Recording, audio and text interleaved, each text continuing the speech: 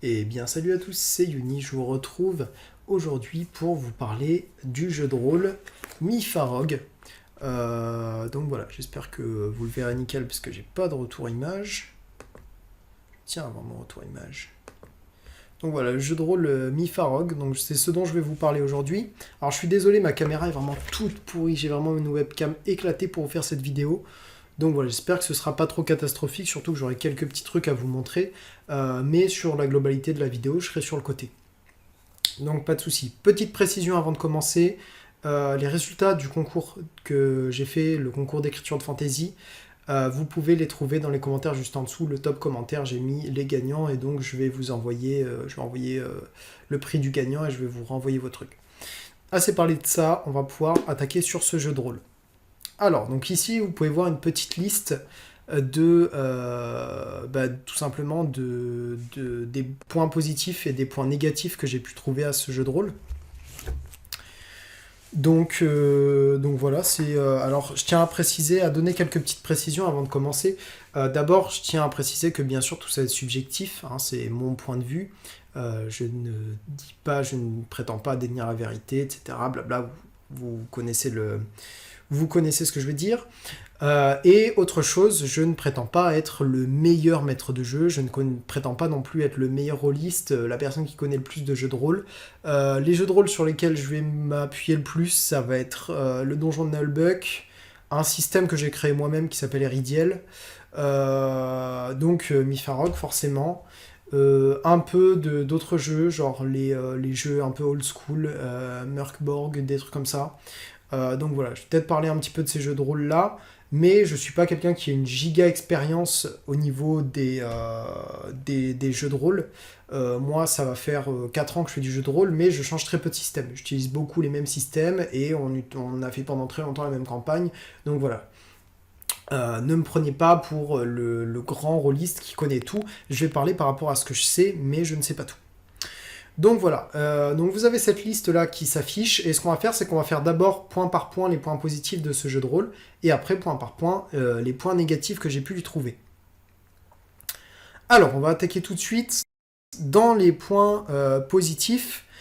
Les choses qui m'ont marqué, c'est que l'univers et les systèmes qui sont utilisés pour ce jeu de rôle sont originaux. Il y en a un paquet qui sont originaux. Déjà, l'univers en lui-même est original. Mi-Farog, en fait, sont les initiales pour Mythical Fantasy Role Playing Game. Et donc voilà, c'est pour cette formule-là.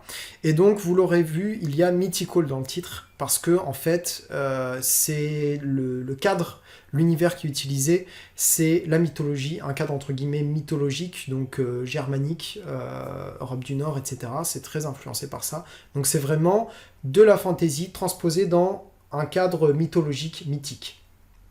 Donc très original, ça a déjà été fait bien sûr, mais voilà, c'est assez original comme concept, c'est super intéressant, et surtout c'est super poussé, parce que la personne qui a fait ce jeu de rôle, donc Varg Vikernes, est quand même quelqu'un qui connaît très bien la mythologie scandinave, et également tout le folklore qu'il peut y avoir autour, le fonctionnement des fêtes, des trucs comme ça, les dieux, etc. C'est quelque chose qu'il connaît très bien, et donc c'est quelque chose qu'il a pu retranscrire dans ce jeu de rôle très bien. Donc c'est un jeu de rôle qui allie à la fois le jeu et en même temps l'apprentissage. On peut apprendre plein de trucs en utilisant ce jeu de rôle. Donc le monde dans lequel ça se passe par exemple s'appelle Thulé. Alors Thulé qui est donc un monde qui est pré-médiéval ou du bas Moyen-Âge ou de l'Antiquité. Où la fantaisie traditionnelle va donc rejoindre la mythologie. Alors, un des systèmes de jeu directs qui sont intéressants et qui proviennent de tout ce folklore-là, toutes ces croyances, c'est le principe de Harminga. Donc, en gros, quand vos joueurs sont en sueur, vous allez pouvoir utiliser des points de Harminga Enfin, les joueurs vont pouvoir utiliser ces points pour, en gros, se sauver les fesses quand ils sont dans des situations trop mauvaises. Ça va leur servir pour un certain nombre de choses, et ça va aussi être quelque chose qui va être transmis par héritage d'un joueur à un autre. D'un personnage à un autre en fait. Quand un personnage d'un joueur va mourir, le personnage suivant pourra hériter en fait des points de Harmingia du personnage précédent. Donc je trouve que ça c'est vraiment très intelligent parce que ça suit très bien le concept de Harmingia en lui-même dans la réalité entre guillemets des croyances scandinaves pré-chrétiennes. Donc on va trouver par exemple les fêtes qui vont être représentées, donc tout ce qui est fêtes religieuses, les dieux, et tout ça, ça aide à rendre l'univers plus vivant, plus vivant.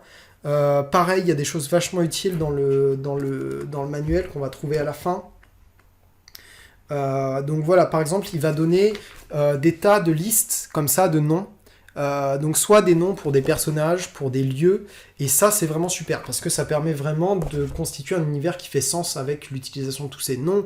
Il va utiliser des langues différentes en fonction des races, etc. Donc ça c'est vraiment très intéressant pour avoir un univers qui soit riche, et qui ait une sorte de cohérence, et qui en plus, au lieu d'être simplement du lore, puisse se traduire par les systèmes comme on a vu avec la Harmingia. Alors, le second point positif, c'est le fait que le jeu est très modulable, il est très sandbox. On peut facilement piocher dans les règles, on peut dire ça j'applique pas, ça je modifie, c'est très facile à modifier, hein, vraiment les règles de base elles sont très faciles à modifier, donc ça c'est super agréable, c'est super facile d'ajouter des choses.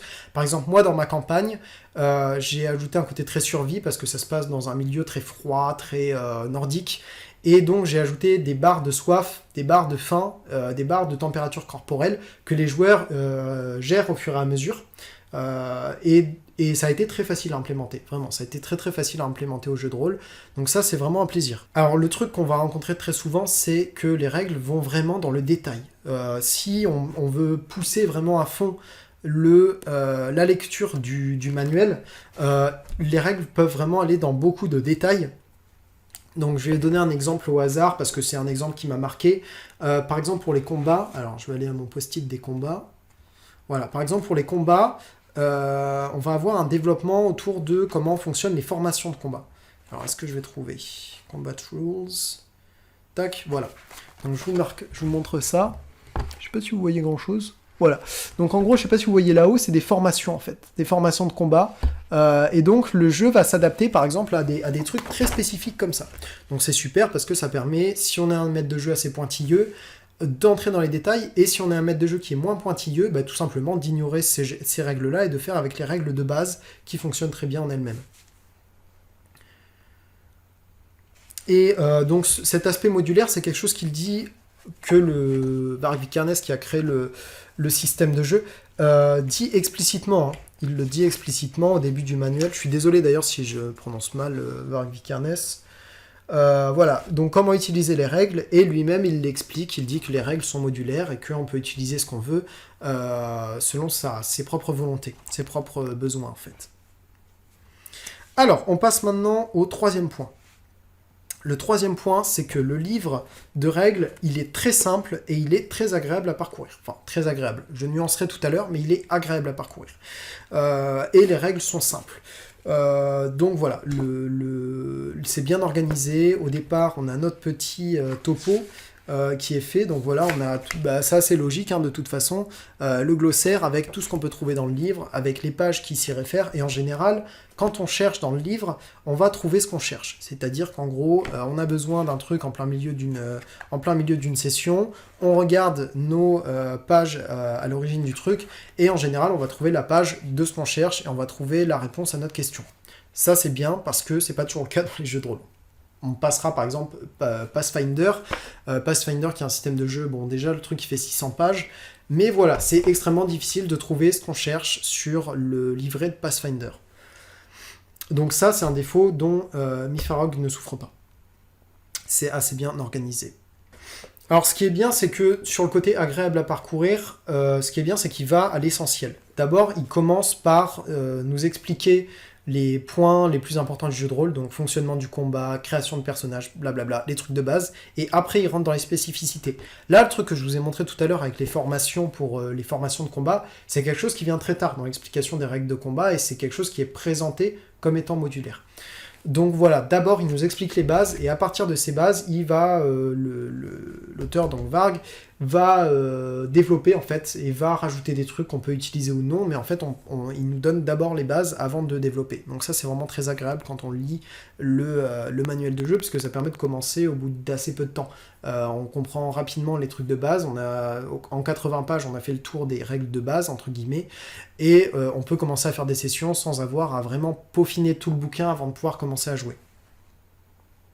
Alors ce qui est intéressant aussi, c'est qu'il va donner pas mal de notes. Donc dans le bouquin, il y a pas mal de notes, pas mal de petites annotations pour les maîtres de jeu, qui va marquer dans des petits encadrés gris. Alors ça va soit être des précisions. Donc par exemple, il va préciser une règle spécifique qu'on n'est pas obligé d'appliquer, mais qui voilà, ou des précisions pour des éléments vraiment spécifiques. Ou alors ça va être de l'aide. Ça va être de l'aide où il va aider le maître de jeu, il va les guider en disant ouais, le mieux c'est peut-être de faire comme ça ou de faire comme ci, etc. Donc ça c'est intéressant vraiment d'avoir ces petites notes par-ci par-là qui guident un petit peu dans la lecture du manuel. Alors ce qui est bien aussi, c'est que le livret reste clair. Il n'y a pas d'énormes illustrations, il n'y a pas de tableau interminable.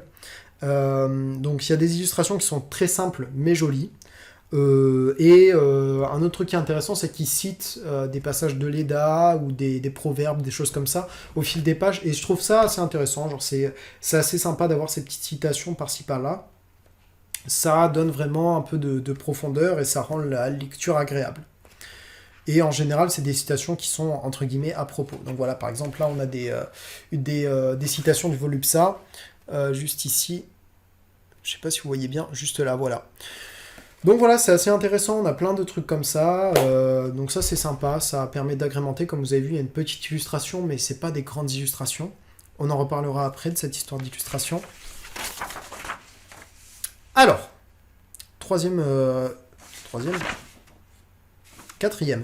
quatrième point positif, c'est que les règles sont très flexibles. Alors ça rejoint un peu ce que je disais plus tôt, mais c'est-à-dire que voilà, les règles, on peut vraiment rentrer dans le détail. Il y a des règles qui sont vraiment très spécifiques à des situations bien particulières, mais que c'est toujours optionnel. Donc voilà, c'est toujours très facile de modifier le jeu de rôle à sa sauce, de l'organiser, de le refaire un peu comme on veut, de rajouter des choses, etc. Donc voilà, ça rejoint vraiment beaucoup ce que je disais au-dessus sur le côté sandbox, mais là c'est vraiment sur les règles brutes. Le côté sandbox, c'est aussi le fait qu'on peut adapter à l'univers qu'on veut, en fait, qui nous donne des bases sur lesquelles on peut construire la campagne qu'on veut vraiment. L'univers qu'on veut, on peut l'appliquer à ce qu'on veut. Les règles de base sont en cela très sandbox. Mais en plus de ça, les règles sont très flexibles. Donc voilà, pour moi, je tenais à séparer ces deux points. Mais ils se rejoignent très bien. Alors, autre point, 5e, les classes sont intéressantes. Alors, qu'est-ce que je veux dire par là? C'est en partie le système de magie. Le système de magie et l'utilisation des dieux, des divinités. Alors pour ça, il y a la classe du barde, entre autres, qui va suivre les divinités, et le personnage va vraiment dépendre de la divinité qu'il va suivre. Donc par exemple, moi j'ai un de mes joueurs qui joue barde et qui a pour divinité Odin. D'ailleurs, tout ça c'est défini aléatoirement ou pas. C'est à nous de décider. Mais il y a des règles pour que tout ça soit aléatoire. On peut même décider que la race qu'on choisit au début soit aléatoire, etc. Donc ça c'est vraiment très très sympa. Si on veut faire quelque chose de très aléatoire, on peut. Les règles sont là pour ça. L'étape des rencontres aléatoires, tout est là. Même les coffres au trésor aléatoires, on a les tables, on a vraiment tout ce qu'il nous faut, donc ça c'est sympa. Mais voilà, donc j'ai un des persos de ma campagne qui joue barde, et donc il dépend d'Odin, et donc il a des restrictions. Il peut utiliser qu'une lance pour se battre, il doit s'habiller en bleu, voilà, des choses comme ça. C'est assez sympa, hein. Vraiment ça rajoute quelque chose au jeu de rôle, et ça permet de rendre l'immersion dans le personnage plus intéressante. Alors, le point suivant, la création de personnage est agréable. J'avais jamais fait une création de perso qui soit aussi agréable. Parce qu'en fait, je pense que vraiment ce qui la rend agréable, c'est cette partie d'aléatoire. C'est cette partie parce que moi j'ai essayé de faire en grosse partie d'utiliser ces systèmes aléatoires, et vraiment c'est très sympa à faire. Avec le joueur qui fait son lancer au départ, ok, donc tu vas plutôt être telle race, tu vas pouvoir faire ci, faire ça. Après il choisit sa classe, ça par contre j'ai tenu à la laisser libre. Et ensuite, tout léger par rapport à quand est-ce qu'ils sont nés, les influences que ça a, etc., etc. Vraiment, dès la création, on a toute une customisation qui se met en place du personnage qui est super sympa. Et donc le fait qu'il y ait tous ces lancers de dés, ça fait que c'est très dynamique, ça s'enchaîne bien la création de personnages, c'est sympa parce qu'il y a plein de lancers de dés, donc il n'y a pas on passe pas des plombs à se prendre la tête sur des trucs en mode ah je vais peut-être faire ci, je vais peut-être faire ça. Et puis l'ordre du livret est très bien organisé pour ça. Vraiment, il y a toute une partie au début qui est destinée à la création de personnages et ça va vraiment dans l'ordre petit à petit. Donc vraiment, pour moi, c'est vraiment un point fort, un vrai point fort de ce jeu de rôle, c'est la création de personnages qui selon moi est très bien organisée. Vraiment, c'est clean, il n'y a rien à redire. Alors, le point fort suivant, c'est le prix qui est très abordable. La dernière fois que j'ai regardé, il était à 8,91€, donc vraiment c'est ridicule, sur Amazon je précise, c'est ridicule, c'est vraiment très très peu cher, 9€ pour un bouquin de cette qualité, vraiment ça fait super plaisir, parce que la couverture est de très bonne qualité, on a des illustrations, au total le bouquin fait plus de 200 pages, donc vraiment on a quelque chose de solide pour un prix vraiment une broutille, pas grand chose. C'est vraiment très peu cher. Ça fait très plaisir parce que ça nous change des bouquins à 50 ou 60€ de chez Wizard of the Coast, de chez Donjons et Dragons. Donc voilà, ça fait plaisir d'avoir des jeux de rôle peu chers, mais en même temps bien travaillés et qui soient vraiment carrés. Alors, le point suivant, les combats sont fluides. Je trouve que le combat est bien réussi dans ce jeu de rôle. Donc voilà, tout s'enchaîne très bien, c'est assez logique. Et voilà, donc on est sur des règles simples, mais on peut rentrer dans la complexité comme je vous ai montré juste avant. Et ça nous amène au dernier point positif qui est la difficulté. La difficulté de ce jeu de rôle est vraiment très bien équilibrée, c'est-à-dire qu'on se retrouve dans un jeu qui est difficile sans être frustrant, et en fait un jeu dans lequel les joueurs s'en sortent s'ils prennent les bonnes décisions. Et ça c'est toujours agréable. C'est pas un jeu qui est punitif, mais en même temps c'est un jeu qui permet d'avoir une certaine difficulté pour rendre le jeu intéressant. Et même comme je le disais, on peut rajouter un certain nombre de systèmes, comme moi les systèmes de soif, etc. que j'ai pu ajouter, pour faire varier la difficulté de ce jeu de rôle. On peut même enlever des règles qu'on pense trop compliquées, on peut faire plein de trucs pour rendre le jeu plus ou moins simple, plus ou moins difficile à jouer, et à modifier la survivabilité des personnages, donc ça c'est vraiment très agréable. Alors maintenant qu'on a fait le tour de ces points positifs, on va attaquer les questions qui fâchent, les points négatifs. Alors le premier point négatif pour moi c'est qu'il manque un condensé des règles pour un départ rapide. Donc ce que je veux dire par là c'est que certes, les règles rentrent dans les détails, mais le problème, c'est que du coup, chaque partie de règles, chaque élément de règles va être interminable, va rentrer dans plein de détails dont on n'a pas forcément besoin, qu'on a envie de passer, qui servent pas forcément à grand-chose. Et le problème, c'est que des fois, il y a des éléments importants qui sont après. Donc, des éléments importants qui vont passer après des règles secondaires. Et ça, selon moi, c'est un souci pour ce système de jeu. C'est pas un souci majeur, c'est pas très grave, c'est assez rare, c'est pas sur beaucoup de règles, mais de temps en temps je me suis fait la remarque. Je me suis fait la remarque de pourquoi est-ce que ça c'est là, et pourquoi est-ce que ça, qui selon moi est plus important, c'est pas plus tôt.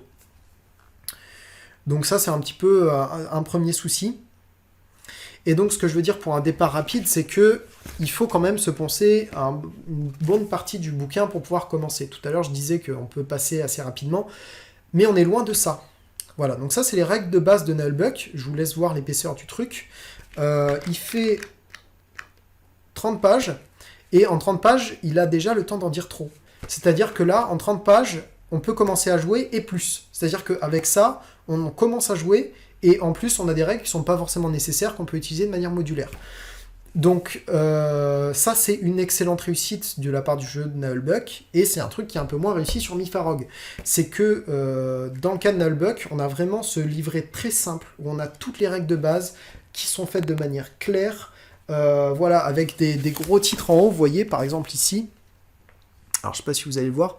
Voilà, donc il nous met le gros titre de ce qu'il veut, et après bam, il détaille sur la page, et on a tout ce qu'on veut. Tout ce qu'on veut, vraiment, les trucs les plus importants, tout est condensé en 30 pages.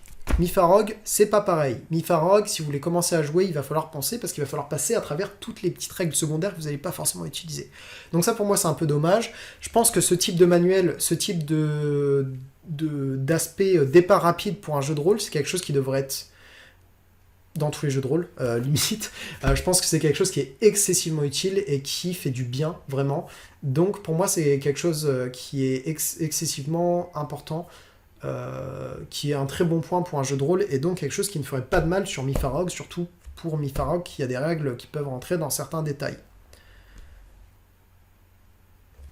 Donc voilà, par comparaison, ici, on ne peut pas commencer à jouer vraiment avant la page 73 à peu près, donc c'est la fin des règles de base, la page 73, et encore il va nous manquer quelques petits trucs, alors que là, ben voilà, comme je disais, en 30 pages, avec une grosse écriture, on attaque direct. Là, on est sur 70 pages de texte intensif, entre guillemets, je vous laisse regarder la différence de densité de texte, donc là on est sur Mifarog, et si on passe à côté sur le donjon de Nullbuck, hop, je vous sors ça. Comme vous voyez, c'est pas tout à fait le même délire. Hein. C'est beaucoup moins dense, c'est beaucoup moins tassé.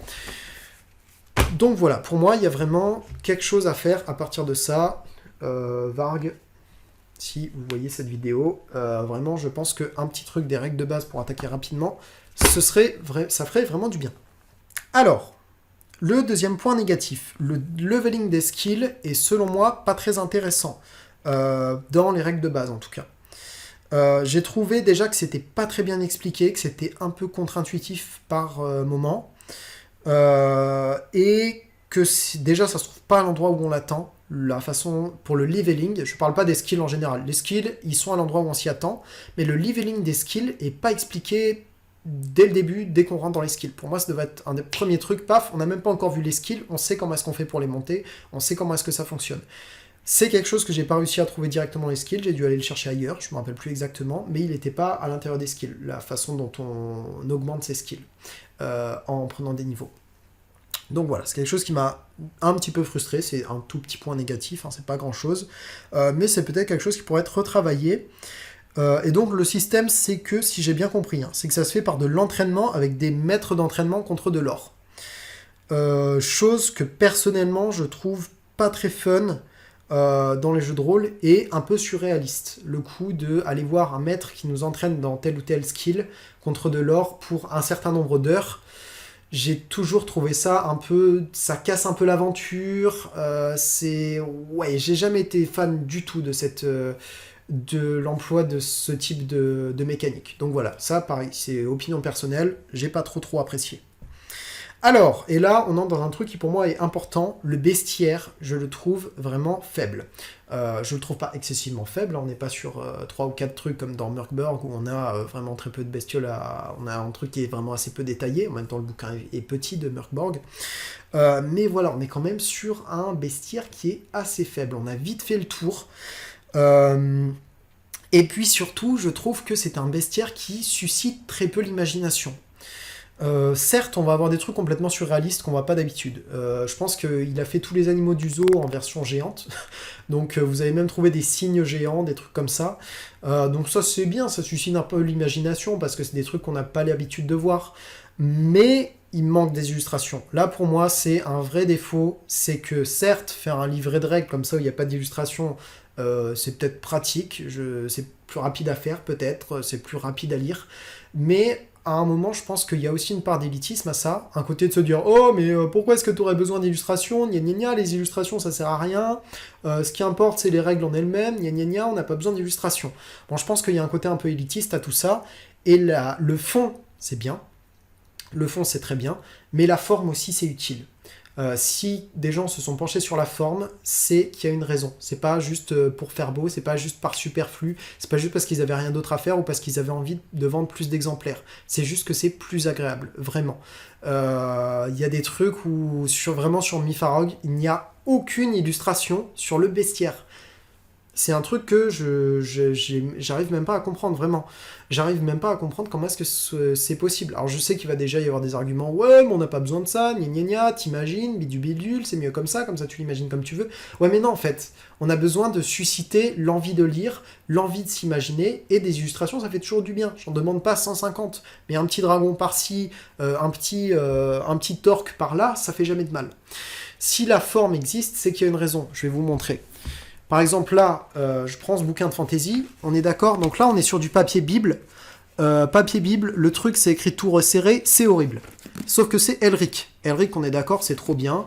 Du coup, on se dit, ouais, mais du coup, est-ce que le fait que ce soit une bonne histoire, ça rattrape pas la forme ? Ben non, en fait. Genre, on est d'accord que ça donne beaucoup moins envie de lire ça que de lire quelque chose comme ça. Donc là, on est sur un papier qui est bien épais, qui est super agréable à tenir. C'est écrit relativement gros, remarque, même si sur ce livre, je trouve que c'est écrit petit.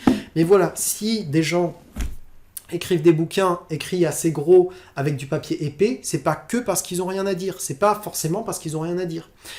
Ça peut aussi être tout simplement parce que la forme, c'est agréable. Un bouquin qui a une jolie forme, c'est un bouquin qu'on a envie de lire. Un livre de jeu qui a une forme qui est agréable, c'est un bouquin qu'on a envie de lire.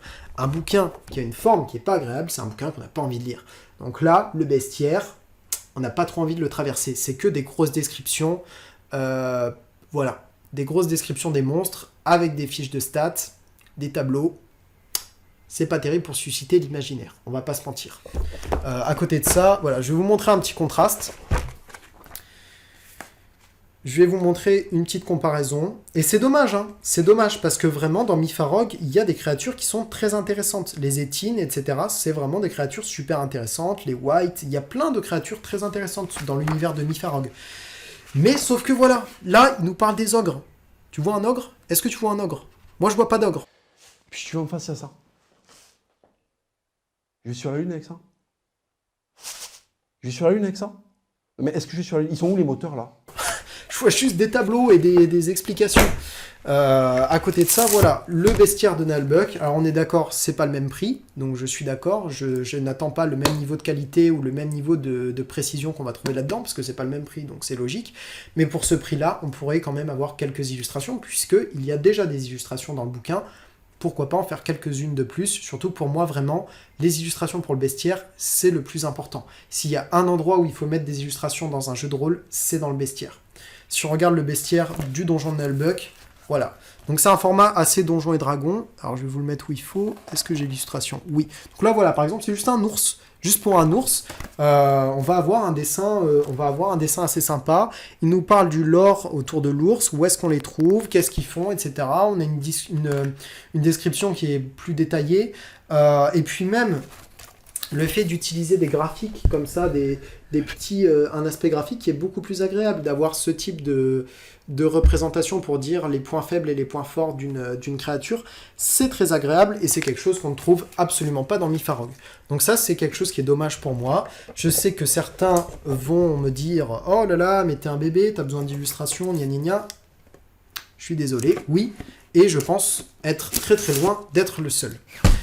Je pense vraiment que les illustrations, c'est utile pour susciter l'imaginaire. Et que les descriptions, c'est bien, mais l'illustration, c'est encore mieux, si on peut avoir quelques illustrations. Alors l'autre chose avec le bestiaire, et après je vais vous lâcher avec ce bestiaire, mais c'est juste que pour moi c'est un point qui est vraiment très important, c'est vraiment quelque chose qui m'a marqué. Pour moi, les créatures manquent de trucs qui nous font tilt, qui nous surprennent. Il y a les étines. Les étines, c'est un gros point fort de ce jeu de rôle. C'est vraiment des créatures qui sont réussies, bien développées, etc. C'est super. Sauf qu'on ne peut pas bâtir tout un jeu de rôle sur une créature. Et donc, si vous voulez, je sais que Varg Vikernes, qui a créé le jeu de rôle, a tendance à critiquer Donjons et Dragons pour les créatures qui ne sont pas, qui ne proviennent pas de l'imaginaire européen, etc. Blabla. Sauf qu'en fait, on est là pour faire vivre des aventures aux gens. Quand les joueurs ont tué un dragon, ils ne sont pas en train de se féliciter à se dire « Waouh, regardez, on vient de couper métaphoriquement le côlon ombilical, on vient de faire renaître nos héros. » Non, ils sont juste contents. Ils sont contents, on a tué un dragon, c'était difficile, c'était super. Ils sont pas là à chercher la profondeur, la signification qu'il y a derrière. Ça, c'est quelque chose qu'on va chercher dans un roman, qu'on va chercher dans la littérature. Le jeu de rôle et la littérature, selon moi, ce sont des choses différentes. Donc voilà, si vous voulez, d'un côté, on a Mifarog avec ses guêpes géantes. De l'autre côté, on a Donjons et Dragons avec le Beholder, je sais plus comment c'est en français, Affreneuil, quelque chose comme ça. Voilà, selon moi, le choix il est vite fait. D'un côté la guêpe, de l'autre le Beholder. Voilà, pour moi c'est assez évident qui remporte le duel, si vous voulez. Et alors ce que je disais tout à l'heure avec les versions géantes, au bout d'un moment j'ai cru que c'était une parodie. Autant quelques bestioles géantes, pourquoi pas, un ours géant, un dinosaure géant, j'en sais rien. Quoique non, il tient à faire quelque chose de plus proche des croyances européennes. Donc un sanglier géant, pourquoi pas un sanglier géant en métal? C'est trop bien, c'est trop chouette. Ben non. À la place, on va avoir le cygne géant, ça c'est celui qui m'a le plus marqué, puisque c'est le plus improbable. Combattre un canard géant, pourquoi pas? Mais pourquoi pas. Non, pour moi, faire une version géante de tous les animaux, en fait, ça n'enrichit pas forcément un bestiaire. C'est quelque chose qui est facile à faire, une créature géante. Donc je pense que les maîtres de jeu sont capables de les penser eux-mêmes. Donc voilà, pour moi, c'est pas un bestiaire riche. Ça fait un peu bestiaire créé sans trop d'efforts. Désolé, mais voilà, c'est l'impression que ça donne un peu sur ces créatures-là. Comme je l'ai dit, il y en a d'autres qui sont vachement mieux détaillées. Hein. Il y a des créatures qui sont vraiment super dans le bestiaire. C'est pas ce que je dis. Ce que je dis, c'est que faire des versions géantes de tous les animaux, ça n'enrichit pas beaucoup un bestiaire. Parce qu'on a besoin d'originalité, on a besoin de trucs qui font rêver. Et autant vous dire que une cryo-araignée de Donjons et Dragons qui gèle les gens et une araignée géante, ça fait un peu plus, ça suscite un peu plus l'imagination qu'un canard géant en fait. Et puis pareil, il y a des trucs qui vont dans des détails pour rien. Par exemple, le fait de dire lézard ailé au lieu de dire dragon. Mais dites dragon, c'est un foutu dragon. Ça c'est pareil, le fait de dire on veut renvoyer à l'imaginaire, mais à côté de ça, renvoyer à des trucs approximatifs pour essayer de mieux coller à une mythologie. Ok, dans les mythologies européennes d'origine, entre guillemets d'origine, hein, on n'avait pas forcément les dragons, ils étaient appelés autrement. Si on pense à Nidhogg ou à Jormungandr, eh ben, ils sont pas forcément des vrais dragons, c'est plutôt des serpents, ils sont plutôt serpents. Et donc le fait de dire lézard ailé, ok, ça fait sens. Mais en fait, non. Genre, on est là pour faire du jeu de rôle. Donc pour moi, dragon, bam, ça renvoie directement à un imaginaire, c'est parti. Surtout qu'en plus, sur la version précédente du jeu de rôle Mifarog, il y avait un dragon sur la couverture, un putain de dragon, et qui en plus ressemblait pas du tout à un dragon pré-chrétien. C'était vraiment le dragon chrétien, cracheur de feu, la grosse bête. C'était pas le serpent qu'on peut trouver sur Smaug par exemple, c'est pas la même chose sur les illustrations de Tolkien.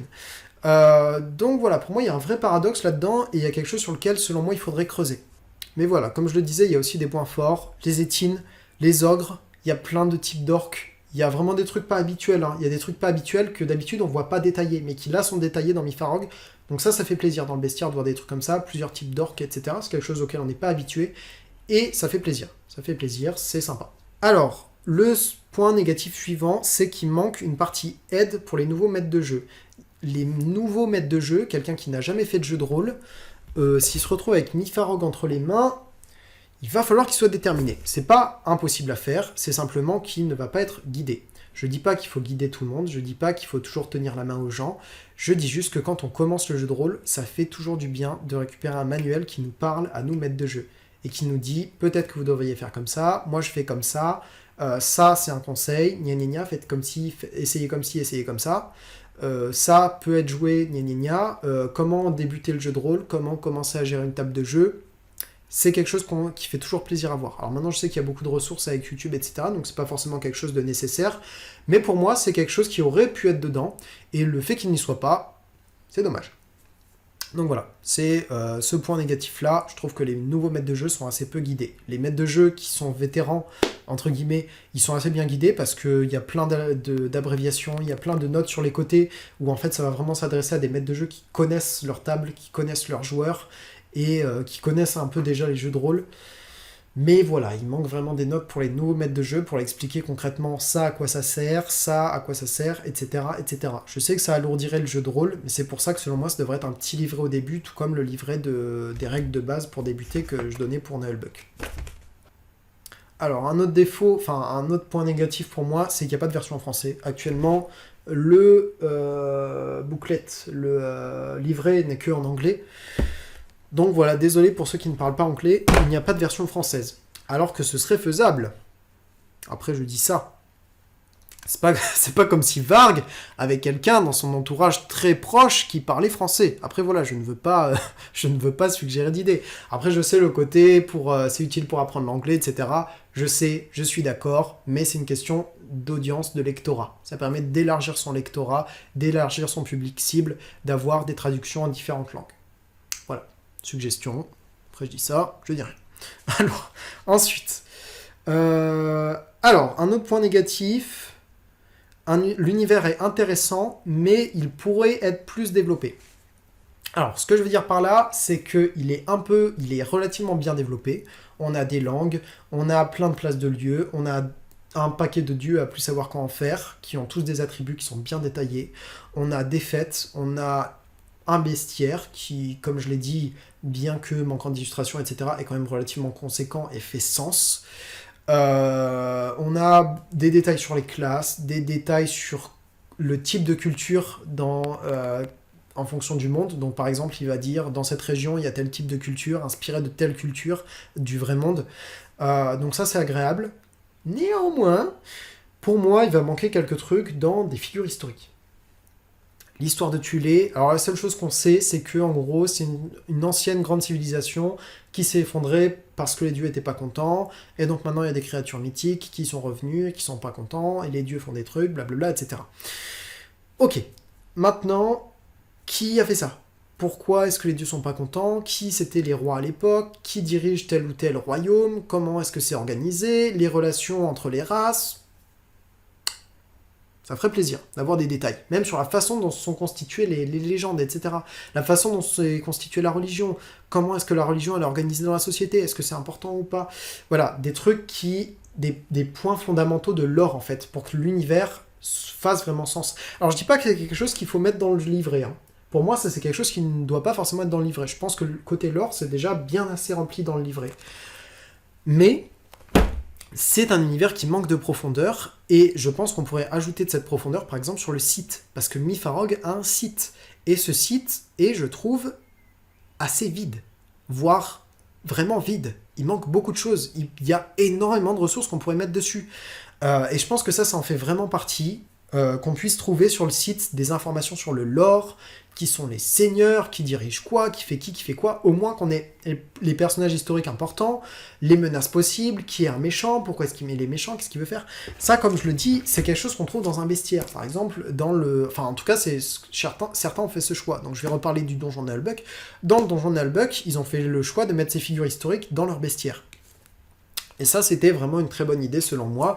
Donc, par exemple, on va trouver chez les barbares, on va retrouver, voilà. Donc là, je vous donne un exemple. Par exemple, voilà l'exemple de figure historique qu'on va trouver sur le donjon de Nullbuck dans le bestiaire, chose qu'on va absolument pas trouver dans Mytharog. Et ça, je trouve ça dommage, parce que c'est vraiment quelque chose qui manque pour pouvoir s'immerger vraiment dans l'univers. Alors, je sais que en parallèle, il y a ce côté bac à sable au jeu de rôle Mytharog. Il y a ce côté, vous l'adaptez à l'univers que vous voulez. Il le dit même lui-même hein, dans son bouquin, que ça se marie bien avec le Seigneur des Anneaux, etc. Je suis d'accord, mais ce serait bien que si on a envie de faire un truc qui se passe dans Thulé et qu'on a envie d'approfondir vraiment, qu'on puisse avoir des bases très solides. Ça voilà, ça fait toujours plaisir. Alors je sais, on peut imaginer, on peut dire lui il fait ci, lui il fait ça, mais alors le problème, c'est que c'est quelque chose auquel l'auteur, donc Varg, répond à la fin du bouquin. Il va dire recommended reading, donc en gros lecture recommandée de son manuel. Pour moi, c'est quelque chose qui devrait être au début, pas à la fin, ça d'ailleurs.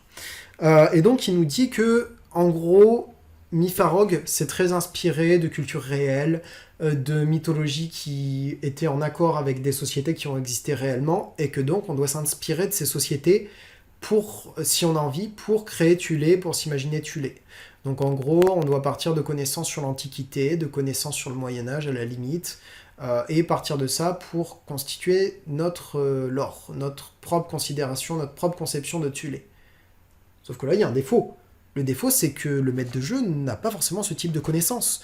Le gros problème pour moi, c'est que Varg, de temps en temps, a pu dire que Mytharog n'atteignait pas une audience aussi grande qu'il voulait. Mais le problème, c'est qu'il l'aborde lui-même. En faisant ça à la fin, en ne développant pas... en refusant en fait de développer son univers et en disant « Non, mais les maîtres de jeu, ils feront eux-mêmes, c'est inspiré de telle culture, ils ont qu'à s'inspirer de la culture. » Mais en fait, les maîtres de jeu, ils savent pas forcément. Les maîtres de jeu, ils ont pas forcément la considération de ça. Et donc, le gros souci de Mytharog, c'est que c'est un jeu de rôle de mythologie, mais qui est destiné aux gens qui aiment la mythologie. Or, je pense qu'on pourrait vraiment élargir le public en faisant un univers qui soit un peu plus détaillé, des concepts de base un peu plus détaillés, qu'on ait une image un peu plus claire de comment fonctionnent les cultures dans Mytharog et de comment sont organisées les choses, parce que là, il s'adresse à des connaisseurs. Il s'adresse à des gens qui connaissent déjà Tulé, qui connaissent déjà l'Antiquité, etc. C'est mon cas, donc je me plains pas. Mais sauf que il borne son public, en fait. Donc on peut pas, d'un côté, se plaindre du fait qu'on n'a pas un public aussi large qu'on voudrait, que le jeu de rôle touche pas autant de gens qu'on voudrait, et en même temps ne le destiner qu'à un certain type de maître de jeu. Je trouve ça très dommage pour ma part. Donc voilà, parce qu'en fait, clairement, le problème, c'est qu'en disant ça, ça montre le côté que le fait de pas développer Tulé, c'est plutôt un choix de sa part. C'est plutôt, non, mais c'est bac à sable, vous vous débrouillez, vous faites ce que vous voulez. Ok, mais sauf que tous les maîtres de jeu sont pas forcément adaptés à ça, tous les maîtres de jeu n'ont pas forcément une bonne perception de comment marche la mythologie. Donc pour moi, c'est quelque chose sur lequel il faudrait plus les guider, et c'est quelque chose qui pourrait se trouver sur le site. Donc je vais donner un exemple pour que ce soit plus clair. Imaginons un maître de jeu qui ait fait de la high fantasy pendant toutes ces années de jeu. Par exemple, il a fait du Donjon et Dragons, il a fait du Donjon et Dragons pendant des années que de la high fantasy, etc. Il va acheter Mytharog. S'il se met à faire de la high fantasy dans Mytharog, ça va pas marcher. Le jeu de rôle, même les règles de base ne sont pas faites pour être avec de la high fantasy, ne sont pas faites pour être jouées comme du Donjon et Dragons 5e édition. C'est clairement fait pour être plus sombre, plus à l'ancienne, plus jeu de rôle de première édition, et surtout avec un cadre complètement différent. Si le joueur se met à faire un monde façon 5e édition, avec des univers parallèles et tout, dans Mytharog, ça va être le bordel. Il va être frustré. Donc pour moi, c'est quelque chose qu'il faudrait mettre un peu plus clairement. Certes, c'est dit clairement que c'est fait pour être de la mythologie, mais il faut développer, et selon moi, il faut renvoyer sur des ressources qui se trouveraient sur le site. Et un autre point, je ne veux pas trop développer, parce que là, je sens que ça me prend beaucoup de temps, et je veux aller jusqu'au bout de cette vidéo. Et selon moi, un point qui serait très intéressant avec ça, c'est le fait que le lore, ça permettrait d'attirer des gens. Il y a plein de gens qui vont se tourner vers Donjons et Dragons, etc., parce qu'ils vont être attirés par des points du lore. Par exemple, le coup des Beholders, que je disais tout à l'heure. Je vais reprendre cet exemple. Les Beholders, c'est une créature qui est super intéressante, ou le Displacer, je crois que ça s'appelle comme ça, les espèces de panthères là, avec des tentacules sur le dos. On voit une créature comme ça, on s'interroge. On se dit, ah ouais, quand même, ça a l'air intéressant, qu'est-ce que c'est quoi ses pouvoirs, à quoi est-ce qu'il sert, etc. Ça suscite l'imaginaire, et donc ça suscite l'intérêt des gens, et ils vont acheter le bouquin. Mytharog a le potentiel de faire ça. Mytharog a vraiment le potentiel de tirer ce qu'il y a de mieux de nos mythologies européennes. Et je pense que ça rejoint cette bande de bestiaires. Pourquoi ne pas aller jusqu'au bout du truc, et au lieu de juste reprendre quelques machins de la mythologie scandinave, même si ça va un peu dans les détails, vous pourriez aller jusqu'au bout. Et là, je m'adresse aux créateurs du jeu de rôle, vous pourriez aller jusqu'au bout. Vous pourriez récupérer des légendes européenne, parce qu'il y en a des tas. Je pense à la France, mais il y en a partout.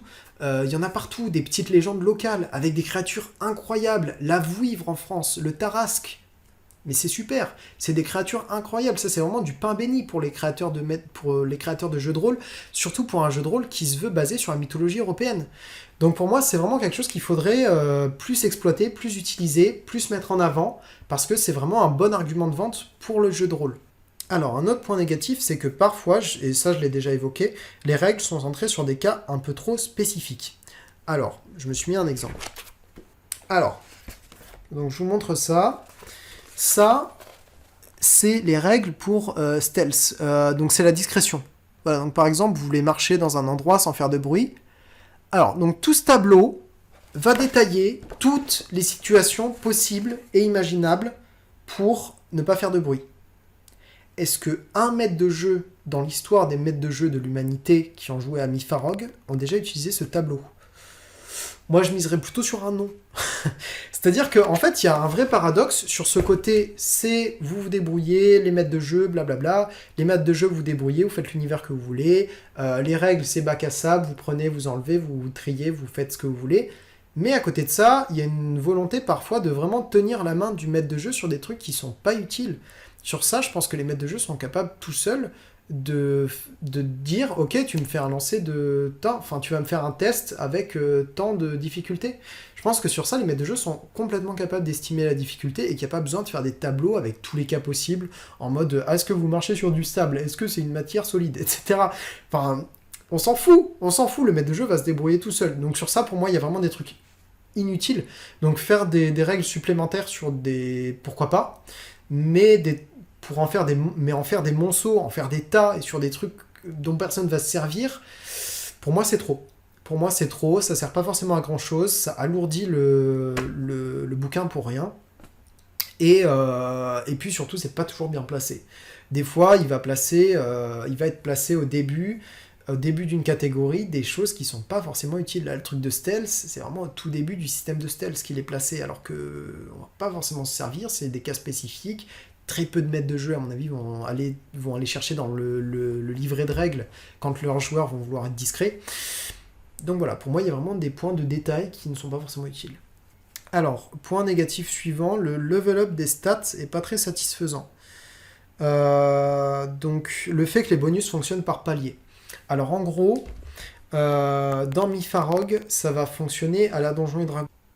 Alors, j'ai ma caméra qui m'a lâché, je suis désolé, j'espère qu'elle va pas rester cassée. Donc, en gros, je disais, c'est un système à la Donjons et Dragons. Donc, en gros, on va avoir un bonus. Donc, par exemple, je donne un exemple banal pris du système de jeu que moi j'ai créé. Par exemple, on va dire, fais un lancer de force. Au lieu que ce soit, tu dois faire en dessous de la statistique du joueur, ça va être, tu fais ton lancer avec un test. Donc, par exemple, tu vas dire, ok, tu dois faire au-dessus de bidule. Et le joueur va faire son lancer et il va avoir un bonus en fonction de sa statistique de base. Et donc ça fonctionne par palier. Par exemple, si on a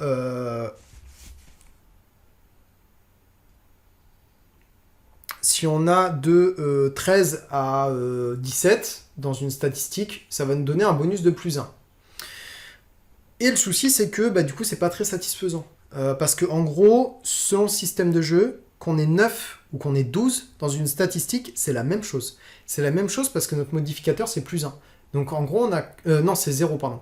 Donc en gros, ça nous fait aucun bonus, ça ne nous change rien, qu'on ait 9 ou 12. Et pareil, qu'on ait 13 ou 17, c'est la même chose. On n'a que plus 1. Donc moi, personnellement, c'est un système que je trouve extrêmement frustrant. C'est pour ça que j'ai refusé de le faire sur le jeu de rôle que je créais, sur mon jeu de rôle à moi. Je trouve que c'est vraiment frustrant pour les joueurs de ce sentiment de pas progresser en fait, ce sentiment de j'ai gagné un point mais ça sert à rien en fait, j'ai gagné un point mais je peux pas m'en servir, j'ai gagné un point dans ma stat mais en fait ça s'applique pas, donc ça c'est assez dommage pour moi. C'est vraiment un système que j'apprécie pas, ce système qui est utilisé sur Donjons et Dragons entre autres. Alors suivant, donc comme je le disais c'était très personnel, Suivant, selon moi, la carte souffre de défauts. Alors oui, il y a une carte de Tulé, normale. Déjà, elle n'est pas inclue dans le manuel de jeu. Dommage. Ce serait super, ce serait sympa d'avoir ça. Mais c'est pas grave. On la trouve sur le site de Mifarog. Alors déjà, je la trouve très jolie. Donc ça, il n'y a pas de souci. Mais le problème, c'est qu'elle est de basse qualité. Vraiment, quand on va sur les maps en détail, donc les zoomer sur la carte de base, c'est de la basse qualité. Vraiment, c'est assez pixelisé. C'est pas terrible, quoi. C'est le même souci qu'on trouve avec la couverture. La couverture, si on regarde un peu de près, c'est assez pixelisé. C'est pas de la haute qualité, entre guillemets, d'image qui est derrière. Donc ça, c'est un peu dommage. C'est des points de détail, on va pas se mentir, c'est des points de détail. Mais c'est dommage, ça fait un peu moins qualité, entre guillemets. Ça fait un peu moins qualitatif. Alors la carte, son défaut principal selon moi, c'est qu'elle est souvent peu lisible. Parce qu'il y a du texte sur les zooms sur la carte, quand il y a des zooms sur certaines régions de la carte, il y a du texte avec marqué telle région, elle s'appelle comme ci, comme ça. Le texte est vraiment très peu lisible à cause des couleurs de la carte. Des fois vraiment on arrive très très mal à lire le texte, donc ça c'est un vrai souci pour moi. Il manque aussi des points d'intérêt, donc ça c'est un peu un parallèle avec ce que je disais tout à l'heure sur le manque de développement du lore. Il manque des endroits avec ici il y a une ruine, ici il y a telle ville, ici il y a ci, il y a ça. Il y en a quelques-uns mais pour moi il en manque. Je pense qu'il en faudrait peut-être un petit peu plus, un truc qui vraiment suscite l'imaginaire. C'est toujours agréable. Et donc voilà, on a fait le tour de tous les points positifs et tous les points négatifs. Donc maintenant, je vais conclure en parlant de mon ressenti. Donc mon ressenti global, c'est que pour moi, 9€ pour ça vaut excessivement le coup. Genre vraiment, si vous voulez vous prendre un jeu de rôle et que vous n'avez pas beaucoup de sous, vous l'avez. Non, vraiment, c'est très très agréable. Je sais qu'il y a d'autres jeux de rôle qui sont pas très chers. et qui condense les règles. Mais là, c'est vraiment un super compromis entre de la qualité et un prix bas. Donc ça, c'est super. Pour moi, aucun regret de ce côté-là. Alors, au niveau de mon expérience de jeu, donc quand je l'ai testé avec mes joueurs, c'était super. Ça a vraiment été une excellente expérience. Personnellement, je préfère ça au système de Nullbuck. Donc depuis tout à l'heure, je dis que des bonnes choses sur Nullbuck, mais personnellement, je préfère le système de jeu de Mifarog à celui de Nullbuck, bien que celui de Nullbuck ait des points positifs. Donc voilà, personnellement, de tous les systèmes que j'ai testés, c'est probablement mon préféré. Donc je le conseille, forcément je le conseille. Comme je l'ai dit, il y a quelques points qui sont un peu désagréables pour moi, mais ils sont faciles à modifier. Comme je le disais, s'il y a une règle qui te plaît pas, bam, t'en fais une, il n'y a pas de souci. Si le bestiaire il te plaît pas, bah, tu crées tes propres monstres, les statistiques elles sont vite faites. Si t'aimes pas l'univers, tu le joues dans l'univers que tu veux, même si selon moi il faut quand même essayer de s'adapter quand même. Parce que les règles sont très tournées autour du type d'univers qu'est tu l'es. Donc pour moi il faut quand même faire un truc de cohérent. Mais tu peux l'adapter à peu près à ce que tu veux. Moi, je l'ai adapté à un truc très nordique, orienté survie, pas beaucoup de monstres, pas de donjons, pas de trucs comme ça, avec des ancêtres, des ruines d'une civilisation passée. Donc voilà, et pour l'instant, c'est une excellente campagne. On passe de très très bons moments. Comme je le disais, la difficulté est bien équilibrée, donc mes joueurs sont toujours entre la vie et la mort. C'est vraiment super. C'est vraiment super, on passe du très bon temps. Au-delà de ça, c'est un système qui est assez rapidement compris. Les joueurs comprennent vite comment ça marche, donc ça c'est pareil, c'est agréable. Les systèmes où il faut chercher pendant 3/4 d'heure pour que dans le livre de jeu pour que les joueurs comprennent, c'est chiant. Et c'est pas un défaut de Mifarog. Mifarog, vraiment, les joueurs comprennent rapidement. Dès qu'on a établi les règles, c'est parti, on peut jouer, quoi. Donc ça c'est agréable. Et donc mon opinion finale, c'est que ça vaut le coup, ça vaut vraiment le coup de prendre ce jeu de rôle. Vous pourrez trouver un lien si vous voulez le commander dans la description. Voilà, donc c'est vraiment un jeu de rôle que je recommande. Et puis dont je ne regrette absolument pas l'acquisition. Pour moi, il reste encore des choses à faire. Je pense que c'est un jeu de rôle qui peut être amélioré vraiment. Donc voilà, il reste encore des trucs, je pense, qui peuvent être améliorés dessus. Mais déjà, dans son état actuel, c'est très agréable à jouer. Et c'est vraiment un excellent système de jeu. Donc voilà, c'est tout pour aujourd'hui. Je vous remercie d'avoir regardé cette vidéo qui a tardé à venir. J'en suis désolé, j'avais des examens et tout. Et je vous dis probablement à bientôt. Je ne sais pas encore ce que je vais faire. Quelques petites surprises en tête à venir. Et puis voilà, je vous donne rendez-vous dans de nouvelles vidéos et je publierai un autre review de Mifarog en anglais sur ma chaîne UniRPG. Si jamais il y en a parmi vous qui ont envie de le voir, je parlerai de d'autres points autour de Mifarog. Voilà, donc j'espère que ça vous aura plu cette vidéo jeu de rôle. Et voilà, je vous souhaite de bonnes vacances d'été parce que j'imagine que pour vous les vacances d'été approchent, pour ceux qui seront en vacances. En tout cas, je vous souhaite une bonne fin de printemps et un bel été. Moi, il fait orage, donc c'est pas terrible. Et puis voilà. À très bientôt et portez-vous bien.